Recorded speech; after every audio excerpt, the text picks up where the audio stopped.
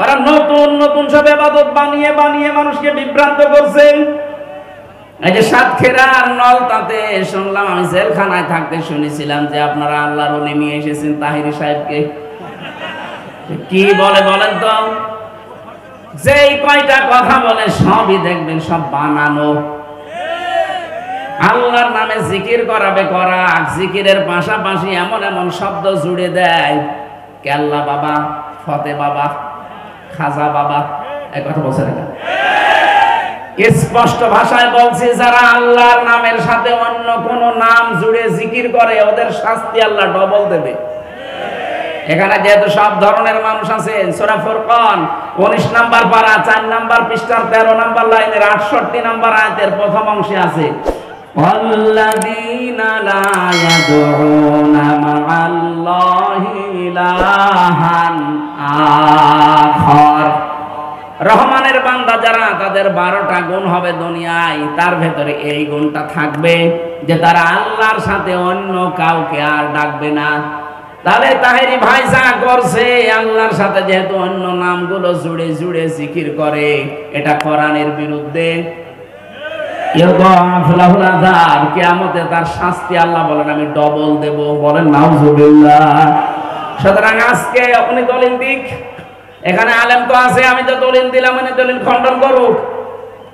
যতদিন বেঁচে আছেন আল্লাহর নামের পাশাপাশি আর কাউকে জিকির হিসাবে ডাকা যাবে না। কথা বলেন। সে কেল্লা বাবা হোক, ফতে বাবা হোক, আর সে বাবাই হোক, জিকির হবে শুধুমাত্র কার নামে? আমি জেলখানায় থাকাকালীন, এই যে ওনার নাম হচ্ছে মামুন, শাহেদ চৌধুরী হত্যা মামলার আসামি, 25 বছর জেলে ছিল। আমরা রায়তে 3টায় উঠতাম তাহাজ্জুদ পড়ার জন্য, আর ও দেখলাম উঠে জিকির করছে। তাও সে জাত মতো জিকির করলে তো হয়, একেবারে এরকম মোটা শরীর, স্বাস্থ্য সেরকম একেবারে স্থূল, জিকির ওইরকম জোরে জোরে। তা জাত বললাম, জাতের জিকির না, জিকির করতো ইয়া রাসূলুল্লাহ, ইয়া রাসূলুল্লাহ। কি গো মাওলানা মামুনুল হক ভাই আর আমি এক জায়গায় ছিলাম, ওনার একদিন ডাকলাম যে ভাই আমাকে জিকির করে। কিসের জিকির? বলছে রসুলের এশকে। রসুলের এশকে জিকির করে? কে শিখিয়েছে আপনারে? বলছে সবুজ পাগড়িওয়ালা একজন এসেছিল জেলে, মাছ ভান্ডারের বাবা, জমি জায়গা নিয়ে কি ঝামেলায় পড়েছিল, জেলে এসেছিল, ওনার সাথে আমি ছিলাম, উনি আমার এই জিকির শিখিয়েছে। বলেন তো কিসের জিকির আপনি করেন? ওনারে বললাম যে ভাই এটা জিকির না, জিকির হবে শুধুমাত্র আল্লাহর নামে, রাসূলুল্লাহর নামে কোনো জিকির নেই। রাসূলুল্লাহর নামে দরুদ আছে। লোকটা পরিবর্তন হয়ে গিয়েছিল, পরবর্তীতে বের হয়ে এখন কোথায় আছে জানি না। বলেন এই যে মানুষকে বিভ্রান্ত করার জন্য আপনি বানানো জিকির তৈরি করে দিলেন, এরকম 43টা 44টা চলছে বাংলাদেশে বানানো ইবাদত, যেগুলো ইসলামে নেই, সব ওই ভণ্ডগুলো বানিয়েছে।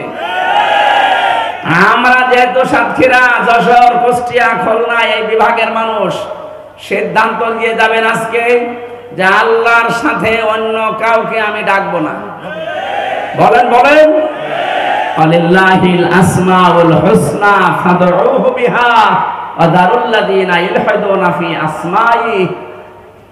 সূরা আরাফ 181 নাম্বার আয়াত, 9 নাম্বার পারা 13 নম্বর পৃষ্ঠা 4 নাম্বার লাইনে আছে, প্রথম অংশে আছে। আল্লাহ বলেন আমার অনেক সুন্দর সুন্দর নাম আছে, যে নামে পারো ডাকো, কিন্তু সাবধান, আমার নাম যারা পরিবর্তন করে দেয়, কেল্লা বাবা, ফতে বাবা, কোন নামের ভেতরে আছে বলেন? ওনার যে 99টা নাম আপনি জানেন, বা 5000 নাম আছে, ওনার একটা নামের ভেতরে কেল্লা বাবা আছে, ফতে বাবা আছে, ন্যাংটা বাবা আছে, খাজা বাবা। সুতরাং আজকে থেকে উনি যতই করুক, যতই পোশাক, উনি দরকার জাহান্নামে যাক, আমরা ওনার সাথে যেতে রাজি না। অন্তত এই শিক্ষাটা আজকে নিয়ে যান, আল্লাহ ছাড়া কারো নামে জিকির করা অন্তত জায়েজ নেই। কি কথা বলছেন না? এরকম বহু মানুষ আসবে, যেই নবীজি শুনবেন এই ধর্মকে উলট পালট করেছিল, বিশ্ব নবী বলবেন সোহকান লিমান ফাজ্জারা বাদি, দূর হয়ে যা, তুই আমার উম্মতি না। কারণ আমার রেখে আসা ইসলাম যারা উলট পালট করেছে, এরা পৃথিবীর সৃষ্টিতে সবচাইতে বড় নিকৃষ্ট আমি নবীর কাছে। অথচ এইটা বাংলাদেশে এখন বেশি চলছে, কিন্তু আসল ইসলাম নেই, সব নকল ইসলাম ভরে যাচ্ছে। আপনার বিরুদ্ধে নবীজি দাঁড়াবেন তখন, যেই বলবে সহকান দূর হয়ে যা, তোর পক্ষে আমার কোনো সাক্ষী নেই, তুই আমার উম্মত বলে আমি স্বীকৃতি দিলাম না, কোন বাবা আপনাকে বাঁচাবে? এবার আপনি নিজে হিসাব করে এখান থেকে যান। অনেকে বলে না আমি দুই বাবার মরিদ, দুই বাবা শুধু দুই হাত ধরে এইভাবে মারবে, আমি জান্নাতে চলে যাবো। জান্নাত আপনি জাহান্নামে পড়বেন। আশা করছে আপনার মাথায় মগজ আছে, আপনি বুঝেছেন। সাক্ষী দেওয়ার জন্য নবীজি পারফেক্ট, ওনার কোনো ত্রুটি নেই। ওনার সাক্ষী যদি একবার কারো পক্ষে যায়, আল্লাহ তাকে জান্নাতে দিয়ে দেবে। যদি বিপক্ষে যায়, এখন সাক্ষী পক্ষে না বিপক্ষে যাওয়ার কারণ কি? সূরা তাহার ভেতরে আছে 109 নম্বর আয়াত, 16 নম্বর পারা, 18 নম্বর পৃষ্ঠা, 10 নম্বর লাইনে আছে, ইয়াউমাইযিল লা তানফাউশ শাফাআতু ইল্লা মান আযিনা লাহুর রাহমানু ওয়া রাদিয়া লাহু কওলা। রব্বুল আলামিন বলেন, সেই দিন নবীজি যদি সুপারিশ করে কারো জন্য, দুইটা গুণ তার ভেতরে থাকা লাগবে। সাতক্ষীরাবাসী ছেলে হোক মেয়ে হোক, আপনি দেখেন তো আপনার ভেতরে এটা আছে কিনা। ইল্লা মান আযিনা লাহুর রহমান, প্রথমে রহমান এজেন্ট দেওয়া লাগবে, অনুমতি দেওয়া লাগবে। রাদিয়া লাহু কওলা, দুই নম্বরে বিশ্ব নবী মুহাম্মদ রাসূলুল্লাহ সাল্লাল্লাহু আলাইহি সাল্লাম যদি আপনার জন্য সুপারিশ করে, আপনার কথাবার্তার উপরে আল্লাহর রাজি থাকা লাগবে। বলেন সুবহানাল্লাহ। শর্ত দুইটা কত কঠিন আপনি টের পেয়েছেন। যারা এখানে শুনতেছেন খেয়াল করে শোনেন। আপনার জন্য আমার জন্য নবীজি যদি কিয়ামতে আল্লাহর দরবারে দাঁড়ায় সাক্ষী দিতে পক্ষে, তাহলে এই দুইটা থাকবে। এক নম্বরে আমি যা কথাবার্তা বলি, এই কথার উপরে আল্লাহর রাজি থাকা লাগবে। এমনকি আমার প্র্যাকটিক্যাল লাইফ যেটা আমি গঠন করেছি, এই জীবনের উপরও আল্লাহর রাজি থাকা লাগবে। এবার আপনি বলেন তো আপনার অবস্থান কোন জায়গায়? আপনি দিনের ভেতরে 100টা কথা বলে 98টা মিথ্যা কথা বলেন। আপনার যে 70-80 বছরের বিশাল জীবন, আপনি একটু পেছনে ফিরে তাকান তো, আপনার এই জীবনের উপরে আল্লাহ রাজি আছে কিনা। যারা হজ করতে যায়, জাহাজী সাহেব, ষষ্ঠ চক্করে মানুষ কাবা শরীফ তাওয়াফ করার সময় একটা কথা বলা লাগে, আমি নিজেও বলেছিলাম, আল্লাহুম্মা ইন্না আলাইয়া হুকুকান ফীমা বাইনি ওয়া বাইনিকা।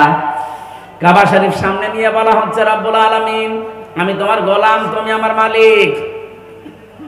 আমি গোলাম হিসাবে যা পাওয়ার সবই তুমি আমাকে দিয়েছো। তুমি আমাকে নেই থেকে হামজা বানিয়েছো। আমি তো বীর্য ছিলাম, উল্লেখ করার মতো আমি কিছু ছিলাম না। সেখান থেকে তুমি আজকে হাবিব বানিয়ে এখানে বসিয়ে রেখেছো। এ জায়গায় আমার বসার কথা না। ওই সময় যদি মায়ের পেট থেকে আমাকে আকর্ষণ করে তুমি শেষ করে দিতে, দুনিয়ায় আমার কিছু বলারই ছিল না। অন্তত আমার মা বাবাকেও কিছু বলার ছিল না। আমি তো শেষই হয়ে গিয়েছিলাম। আমার নামও ছিল না। আমার নাম যে হামজা, আমার নাম যে হাবিব, এ নাম ছিল। আল্লাহ ওই জায়গায় একটা আঘাত দিয়েছেন আমাদেরকে। হাল আতা আলাল ইনসানি হিনুম মিনাদ দাহারি লাম ইয়াকুন শাইআন মাযকুরা। মানুষের জীবনে কি এমন সময় অতিবাহিত হয়নি যখন সে উল্লেখ করার মতো কোনো বিষয়বস্তু ছিল না?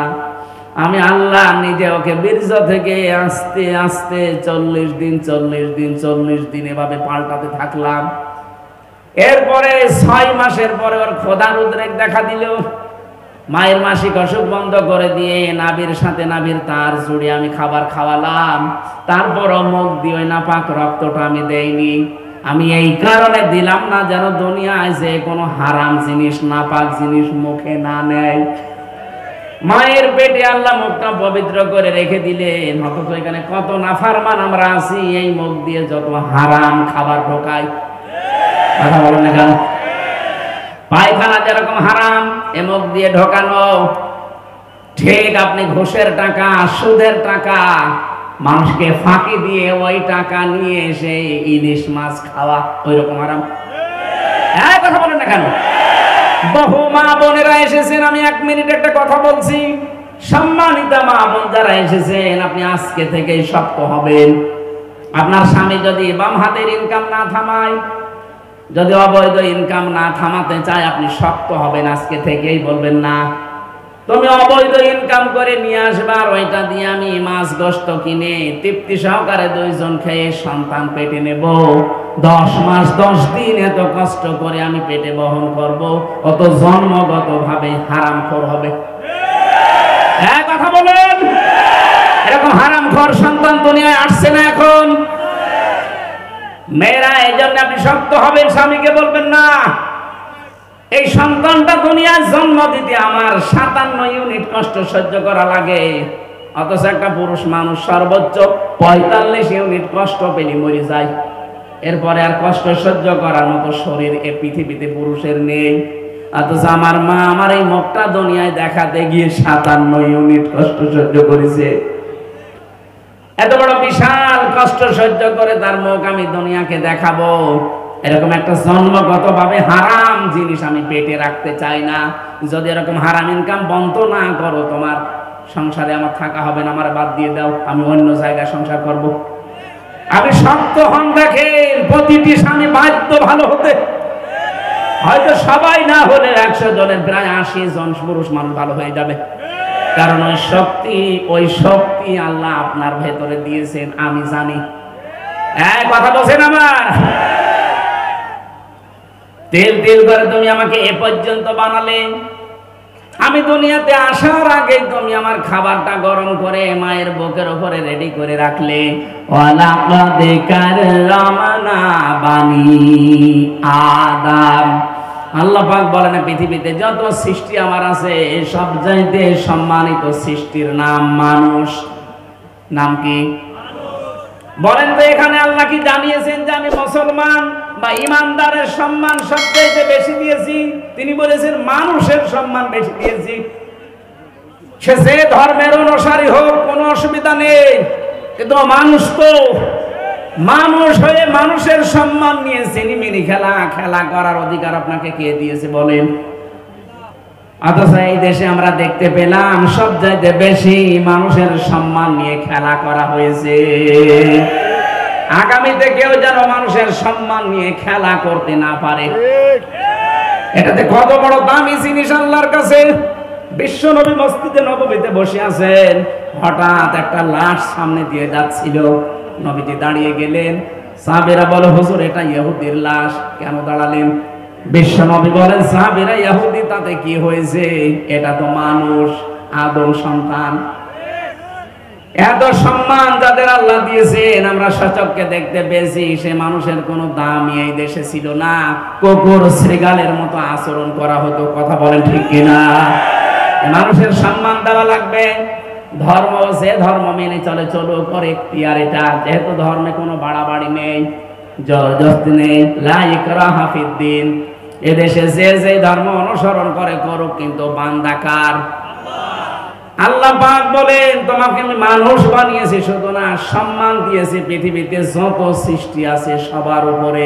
তোমার নাম আশরাফুল মাখলুকাত, আশরাফুল।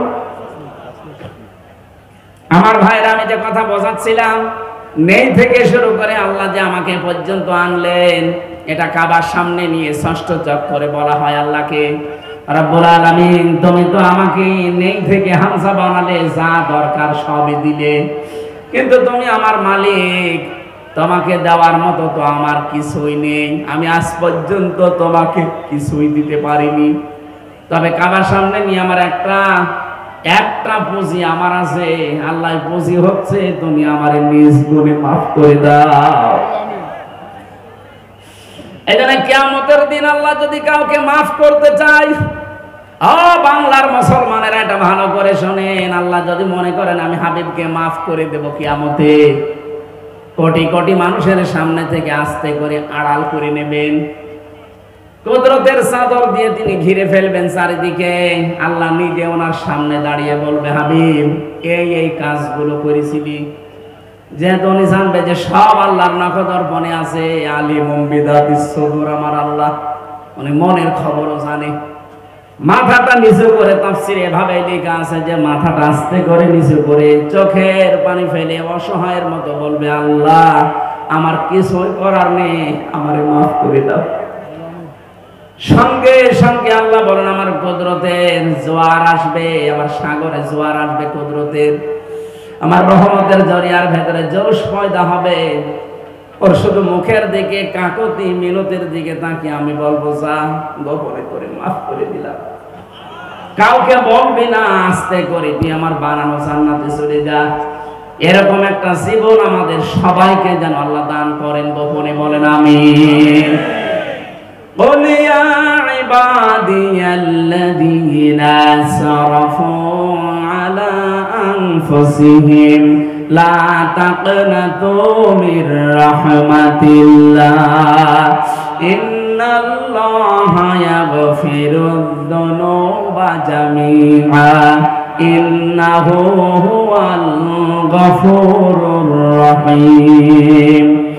আল্লাহ ডাক দিয়েছেন, হে আমার বান্দা বান্দিরা, নফসের উপরে জুলুম করে জীবনটা যারা নষ্ট করে ফেলেছো আর আশার দুয়ার খুঁজে পাও না, নিরাশ হয়ে যেও না, আসো আমি আল্লাহর রহমত অনেক বড়, যত গুনাহ করেছো তার চাইতে আমি আল্লাহর রহমত অনেক বেশি। আমি ইচ্ছা করলে তোর জীবনের সব অপরাধগুলো মাফ করে নেকি দিয়ে পাল্টিয়ে দিতে পারি। জোরে বলেন সুবহানাল্লাহ। আজকের এই ময়দানে এরকম একটা মন নিয়ে যারা এসেছেন যে আল্লাহ আর যাই হোক আমি আজকে ভালো হয়ে যাব, আমি আজকে তাওবা করে সত্যি ভালো হয়ে যাব, আল্লাহ পাক কোরআনে কারিমে আমাদের আশার বাণী দিয়েছেন, ফাউলাইকা ইউবাদদিলুল্লাহু সাইয়্যাতিহিম হাসানাত। সত্যি যদি এই বিশ্বাস নিয়ে এই মন নিয়ে কেউ এসে থাকে, ওর জীবনের অপরাধগুলো তাওবার মাধ্যমে সব মাফ করে জায়গাটা পুরা নেকি দিয়ে ভরাট করে দেব। আল্লাহ যেন আমাদেরকে আয়াতগুলো আজ বাস্তবে দান করেন, বলেন আমিন। সাক্ষী হওয়ার জন্য নবী যেহেতু সাক্ষী, এজন্য এদিক ওদিকে যাওয়া যাবে না, কাজটা ঠিক করে নিন আপনি আসলে সুপারিশ পাওয়ার যোগ্য কিনা। 2 নম্বরে আমাদেরকে আল্লাহ সাক্ষী বানাবেন অন্যান্য নবীদের উম্মতের উপরে। তাহলে সাক্ষী হওয়ার জন্য যে গুণগুলো দরকার, একটা গুণ তো আমাদের ভেতরে নেই। আমরা না আছি সত্যবাদিতার তালিকায়, কথা বলেন না কেন? না আছি আমরা দেখে দেখে সাক্ষী দিতে পারবো, কারণ দেখে সাক্ষী দিতে হলে কোরআন আপনাকে জানা লাগবে। কিয়ামতের ময়দানে নূহ নবীর উম্মতকে আল্লাহ যখন হাজির করবেন, তারা তো বলবে যে না, কিসের সাক্ষী আপনি, আমাদের জামানায় তো ছিলেন না। তখন বলা লাগবে না আমরা ছিলাম না, তাতে কি, এমন একটা কিতাব আমরা পেয়েছি যেটা সত্যই সত্য। ওয়ালাকাদ আরসালনা নূহান ইলা কওমিহি আন আনদির কওমাকা ফালাবিসা ফীহিম আলফা সানাতিন খামসিনা আমা। আমরা আমাদের কোরআনের উপরে পড়েছি যে 950 বছর নূহ নবী তোমাদেরকে দাওয়াত দিয়েছে, একটা দাওয়াতও কবুল করনি। 950 বছরে মাত্র 80 জন নবীজির পেছনে দাঁড়িয়ে আছে, নূহর পেছনে, এইগুলোই, বাকি একটাও তোমরা মানোনি। ওরা তখন আশ্চর্য হয়ে বলবে আবার কেমন সাক্ষী, হাজার হাজার বছর পরে যারা দুনিয়ায় গেল, অথচ আমাদের পক্ষে একেবারে দেখে দেখে সাক্ষী দিচ্ছে। এইটা জানার মাধ্যমে কিয়ামতে আমরা সাক্ষী হতে পারবো। আমার মনে হয় এখন আমি